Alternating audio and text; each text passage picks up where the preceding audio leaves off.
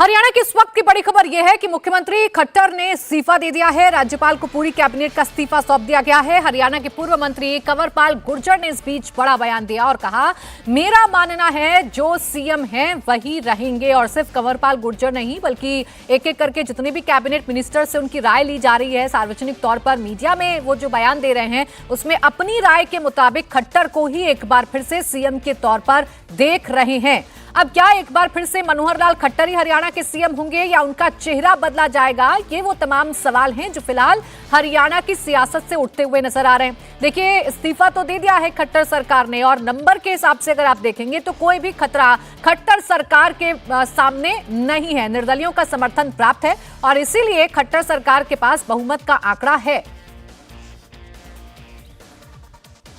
और देखिए, अभी तक जो नायब सैनी का नाम इस रेस में आगे माना जा रहा था, अब एक और नाम है जो मुख्यमंत्री की रेस में शामिल हो गया है और वो नाम है संजय भाटिया का। करनाल से बीजेपी के सांसद हैं संजय भाटिया। सीएम की रेस में नायब सैनी का नाम भी शामिल है। नायब सैनी अभी कुरुक्षेत्र से बीजेपी सांसद हैं। प्रदेश अध्यक्ष की जिम्मेदारी भी नायब सैनी संभाल रहे हैं। उनका नाम तो सुबह से ही चल रहा है, ओबीसी का चेहरा है और अब इसके साथ ही साथ संजय भाटिया का नाम भी इस रेस में शामिल हो चुका है। तो संजय भाटिया या नायब सैनी मुख्यमंत्री होंगे या मनोहर लाल खट्टर को ही एक बार फिर से रिपीट किया जाएगा? इन तमाम सवालों के जो जवाब हैं वो दोपहर तक मिल सकते हैं, क्योंकि ऐसा माना जा रहा है कि दोपहर तक नई सरकार का गठन हो जाएगा, नई सरकार शपथ ग्रहण ले लेगी। लेकिन इस बीच कांग्रेस हमलावर है जेजेपी और भारतीय जनता पार्टी पर। क्या कहा दीपेंद्र हुड्डा ने, आपको सुनवाते हैं। क्या कहेंगे? खट्टर साहब ने इस्तीफा दे दिया। अच्छा, अभी फिर वेट कर रहे हैं, अभी सब्र करें, अभी सब्र का फल अभी मेरा लाइव में बोल रही कांग्रेस कह रही है समय पे 3 बजे के बाद 3 बजे के बाद हुड्डा साहब का पूछ रहे थे, वो 3 बजे के बाद। आइए जी, जाएगी, आइए। दीपेंद्र जी, आपने ट्वीट किया है कि 3 महीने पहले ही आपको इस बात का अंदेशा हो गया था जो आज हो रहा है। किस आधार पे आपको अंदेशा हुआ था और क्या अभी जो सरकार में चल रहा है, बदलाव का मामला चल रहा है, आपको लग रहा है कि इससे कुछ चेंज होने वाला है? देखिए, अभी पहले पूरा घटनाक्रम जब हो जाएगा उसके बाद इस पे विस्तार से हम अपनी बात कहेंगे। लेकिन जो हरियाणा में जो सब हो रहा है वो हरियाणा के जन भावना के दबाव में हो रहा है और हरियाणा की जन भावना, जनता ने मन परिवर्तन का बना लिया है। हर वर्ग इस सरकार से नाराज़ है, निराश है और हरियाणा के जन जन से यही आवाज़ आ रही है कि हरियाणा में बदलाव तय है। अब ये जो सब हो रहा है उसी के दबाव में हो रहा है। क्या हो रहा है, पूरा एक बार सारा घटनाक्रम हो जाए तब विस्तार पे उससे हम टिप्पणी कुछ करेंगे। क्या कांग्रेस कोशिश करेगी? Thank you. तो दीपेंद्र हुड्डा को आपने सुना, ट्वीट करके भी यही दीपेंद्र हुड्डा ने कहा था और जब मीडिया से मुखातिब हुए तो यही बात को दोहराते हुए नजर आए कि ये तो पहले से तय माना जा रहा था, पहले से लग रहा था कि जेजेपी और बीजेपी का गठबंधन टूट सकता है, लेकिन लोकसभा के बाद फिर एक हो जाएंगे। हालांकि ये जरूर कह रहे हैं कि जन जन की मांग ये है कि अब बदलाव होना हरियाणा में जरूरी है। हालांकि जिस बदलाव की तरफ वो इशारा कर रहे थे वो बदलाव अभी तो संभव नहीं है। नंबर गेम्स के मुताबिक बीजेपी की जो सरकार है वो पूरी तरीके से सेफ है और बहुत जल्द नई सरकार का गठन हरियाणा में हो सकता है। देवेंद्र, अब एक और नाम इस लिस्ट में शामिल हो चुका है, सीएम की रेस में शामिल हो चुका है, वो है संजय भाटिया का, जो कि मौजूदा सांसद हैं। उनके बारे में क्या डिटेल्स हैं, क्या फैक्टर्स उनके फेवर में जा सकते हैं? सुबह ही प्राची इस नाम पर भी चर्चा की गई थी कि अगर मनोहर लाल खट्टर को हटाया जाता है तो जो 2 नाम पार्टी के प्रदेश के नेता बता रहे हैं उनमें से पहला नाम बता रहे हैं नायब सैनी का, दूसरा बता रहे हैं संजय भाटिया का। संजय भाटिया की बात करें तो आपको एक दिलचस्प जानकारी दूं कि कल बीजेपी केंद्रीय चुनाव समिति की जो बैठक हुई थी उसमें हरियाणा का लोकसभा सीट का कोई मसला नहीं था। बावजूद इसके संजय भाटिया बीजेपी केंद्रीय चुनाव समिति में आए थे, मतलब उस दौरान आए थे बीजेपी मुख्यालय और वहां पर पार्टी के बड़े नेताओं से उनकी मुलाकात हुई थी और तकरीबन 9 साढ़े 9 बजे के आसपास वो वहां से बाहर निकले। उनसे पूछा भी था मैंने कि आपके यहाँ आने की क्या वजह है, आज तो हरियाणा है नहीं, तब भी उन्होंने कुछ उस समय बताया नहीं था, बस मुस्कुराते हुए चले गए थे। जाहिर तौर पर समझा जा सकता है कि आज के एपिसोड के बारे में कुछ उन्हें भी कम्युनिकेट किया गया हो। उनके बैकग्राउंड की बात कर लें तो मूलतः विद्यार्थी परिषद से आते हैं वो और 1989 में बीजेपी युवा मोर्चा के जनरल सेक्रेटरी थे और प्रदेश संगठन में उन्होंने अच्छा काम किया है। और विद्यार्थी परिषद का होना बीजेपी परिवार के लिहाज से इस लिहाज से माना जाता है कि ये विचारधारा परिवार का व्यक्ति है, पंजाबी कम्युनिटी से आते हैं तो, और करनाल से अभी सांसद हैं, ये सारी चीज़ें प्लस में है। लेकिन देखना होगा कि क्या पंजाबी कम्युनिटी से हटाने वाले मनोहर लाल खट्टर को अगर बीजेपी हटाती है, क्या इनको नाम आगे करती है। तो ये सारी नामें जो हम लोग प्राची चर्चा कर रहे हैं वो सिर्फ प्रदेश के नेताओं के द्वारा जो अलग अलग नाम आते हैं, जैसे अधिकांश नेताओं का ये है कि खट्टर बरकरार रहेंगे, खट्टर ही बने रहेंगे, कुछ भी ये बता रहे हैं कि नायब सैनी को बनाया जा रहा है, कुछ ये बता रहे हैं कि संजय भाटिया हो सकते हैं। तो ये अलग अलग नाम चल रहे हैं। टॉप लीडरशिप से किस नाम को फाइनल किया गया है, जो मेरी जानकारी है उसके हिसाब से अभी तक जो नेता वहाँ मौजूद हैं, दिल्ली से जो पर्यवेक्षक गए हैं, उन्हें भी ये स्पेसिफिक जानकारी अभी तक नहीं दी गई है।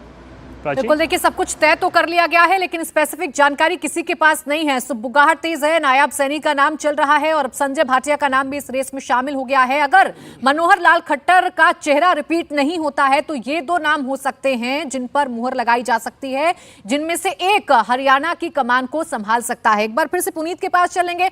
पुनीत, आपके पास क्या अपडेट है, क्या हलचल आप देख पा रहे हैं? कुछ साफ हुआ है कौन होगा मुख्यमंत्री हरियाणा का अगला? देखिए प्राची, अभी तक ये स्पष्ट नहीं हो कि मुख्यमंत्री कौन बनेगा। हालांकि कई नाम जो हैं वो रेस में चल रहे हैं, जैसे कि देवेंद्र प्राशर भी बता रहे हैं कि काफ़ी नाम जो हैं वो रेस में चल रहे हैं। इस वक्त मैं हरियाणा निवास के बाहर मौजूद हूँ, अंदर पर्यवेक्षक जो है वो दोनों अंदर मौजूद हैं। विधायक दल की बैठक जो है वो अंदर चल रही है। थोड़ी देर में यहाँ पर स्पष्ट हो जाएगा कि मुख्यमंत्री कौन होगा। और ये अभी खबर सामने आ रही है कि पहले ये था कि 1 से 1:30 बजे जो है वो शपथ ग्रहण समारोह हो सकता है, लेकिन अब ये सामने आ रहा है कि 4 बजे जो है वो शपथ ग्रहण समारोह जो है वो होगा और आज ही नई सरकार का कह सकते हैं कि गठन जो है वो होगा। लेकिन इसमें एक बात यह है कि जब मुख्यमंत्री, यहाँ पर मैं दिखाऊं तो कल जिस तरह से प्रधानमंत्री ने मुख्यमंत्री की तारीफ की और उसके बाद आज ये सारा गठबंधन, ये इस तरह से सारा चेंज होता है सिनेरियो, यहाँ पर गठबंधन से नाता जो है वो तोड़ लिया जाता है। कल बैठक भी होती है बाकायदा जेपी नड्डा के साथ और उसके बाद उस 45 मिनट जो है बैठक हुई है जेजेपी के साथ, जिसमें कोई नतीजा जो है वो नहीं बनता है, क्योंकि लोकसभा चुनाव को लेकर जेजेपी जो है वो 2 सीटों की मांग कर रही थी, लेकिन बीजेपी इसके लिए तैयार नहीं थी। बीजेपी 10 के 10 जो लोकसभा सीटें हैं उस पर चुनाव लड़ने का मन बना चुकी है और यही गठबंधन टूटने की असल वजह जो है वो बताया जा रहा है। और दूसरी ओर जब यहाँ से मुख्यमंत्री निकले हैं तो उनके साथ जो थे अनिल विज, जो कि होम मिनिस्टर हैं, वो भी उनके साथ गाड़ी में बैठकर निकले हैं। कहीं ना कहीं संकेत इस ओर भी हैं कि क्या उप मुख्यमंत्री, क्योंकि दुष्यंत चौटाला जो थे वो उप मुख्यमंत्री थे यहाँ पर, तो क्या उप मुख्यमंत्री भी बनेंगे यहाँ पर? तो इसकी ओर भी चर्चा जो है लगातार इस तरह के कयास जो है वो लगाए जा रहे हैं कि उप मुख्यमंत्री, क्योंकि अनिल विज का मुख्यमंत्री के साथ गाड़ी में बैठकर जाना कहीं ना कहीं इस ओर संकेत दे रहा है। तो उप मुख्यमंत्री कौन होगा ये भी, इस पर भी चर्चा है, क्योंकि हो सकता है कि 2 उप मुख्यमंत्री भी यहाँ पर बनाए जा सकते हैं। बहरहाल चर्चाएं काफ़ी सारी हैं यहाँ पर कि क्या मुख्यमंत्री ही कंटिन्यू करेंगे, जो अभी मौजूदा मुख्यमंत्री थे हरियाणा के, क्या वही कंटिन्यू करेंगे, या नायब सैनी या जो भाटिया, संजय भाटिया उनका नाम आ रहा है, उनको बनाया जा सकता है। हालांकि नायब सैनी का नाम भी काफ़ी ज़्यादा चर्चा में इस समय बना हुआ है, ओबीसी चेहरा है हरियाणा के अंदर, और ये तय है कि जो भी बनेगा गैर जाट ही मुख्यमंत्री जो है वो हरियाणा को दिया जाएगा। बीजेपी इसी थ्योरी पर काम जो है वो कर रही है। ठीक है, लोकसभा चुनाव को सेट करना है, 10 में से 10 सीटें भारतीय जनता पार्टी हरियाणा में जीतना चाहती है। यही वजह है कि चुनाव से ठीक पहले बड़ा फेरबदल किया जा रहा है। अब देवेंद्र, जो दर्शक हमारे देख रहे हैं इस वक्त, उन्हें समझना बहुत जरूरी है कि कल ही प्रधानमंत्री नरेंद्र मोदी ने मनोहर लाल खट्टर की तारीफ की थी और कैसे उनके साथ मिलकर प्रधानमंत्री नरेंद्र मोदी ने भी काम किया है, उन दोनों के बीच में कैसे संबंध है, इसका जिक्र प्रधानमंत्री नरेंद्र मोदी ने सार्वजनिक तौर पर किया था। आज सुबह से घटनाक्रम बदला, मनोहर लाल खट्टर ने इस्तीफा दिया। अब चर्चा हो रही है कि वो मुख्यमंत्री रहेंगे या नहीं रहेंगे। इसके पीछे की बड़ी वजह क्या है? क्या समीकरण बीजेपी साधने की कोशिश कर रही है?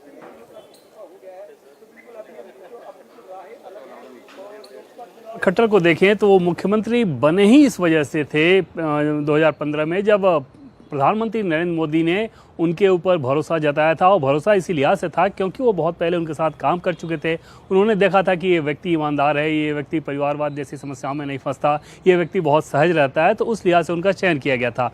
5 साल जब वो रहे तो प्रदेश के बहुत सारे ताकतवर नेताओं ने उनके खिलाफ एक माहौल बनाने की कोशिश की थी और समय समय पर ये प्रोटेस्ट किया था कि इनको बदला जाना चाहिए, इनकी कार्यशैली अच्छी नहीं है, ये अच्छी छाप नहीं छोड़ रहा है। लेकिन प्रधानमंत्री नरेंद्र मोदी का आशीर्वाद प्राप्त होने के चलते खट्टर बने रहे।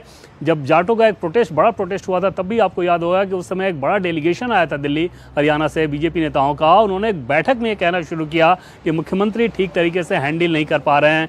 और तब पार्टी के राष्ट्रीय अध्यक्ष ने, जो तत्कालीन राष्ट्रीय अध्यक्ष थे गृहमंत्री अमित शाह, जो हमें सोर्सेज के द्वारा जानकारी मिलती है, उन्होंने 2 टूक शब्दों में ये कह दिया था कि मुख्यमंत्री के तौर पे मनोहर लाल खट्टर बने रहेंगे। यहाँ तक ये हुआ था कि जो एक प्रभारी थे डॉक्टर अनिल जैन, उनके बारे में जब ये बताया गया कि मनोहर लाल खट्टर उनके साथ कार्यशैली को लेकर थोड़ी समस्या आ रही है, दोनों में ट्यूनिंग ठीक नहीं है, तो अनिल जैन को वहाँ से हटाया गया था। तो इस रूप में आशीर्वाद प्राप्त रहा है मनोहर लाल खट्टर को टॉप लीडरशिप का, वो अब तक रहा है। कल भी आपने देखा कि प्रधानमंत्री नरेंद्र मोदी किस प्रकार से उनकी खूबियों के बारे में बता रहे थे, और ऐसे में अब अचानक चुनाव से पहले उनको बदला जाना समझा जा सकता है कि पार्टी एक बड़ा फैसला ले रही है, उस लिहाज से कि शायद पार्टी को अब ये लग रहा होगा कि अगर ये फैसला लिया जाता है, तो मैं बार बार इस लिहाज से कह रहा हूँ क्योंकि कन्फर्मेशन नहीं है, तो जब तक कन्फर्मेशन ना हो तो फिर इस तरह के अटकलबाजी का कोई बहुत मतलब नहीं होता। अगर बदला जाता है तो पार्टी का वो एक बड़ा फैसला होगा, शायद वो हो सकता है कि माना जाए कि 10 साल का जो एंटी इनकम्बेंसी होगा उसको पार्टी अलग रूप में बदलना चाहती हो, उनको सांसद बना के फिर केंद्र में मंत्री के तौर पे रखना चाह रही हो। लेकिन ये इंतज़ार करना होगा कि क्या ऐसा होता है।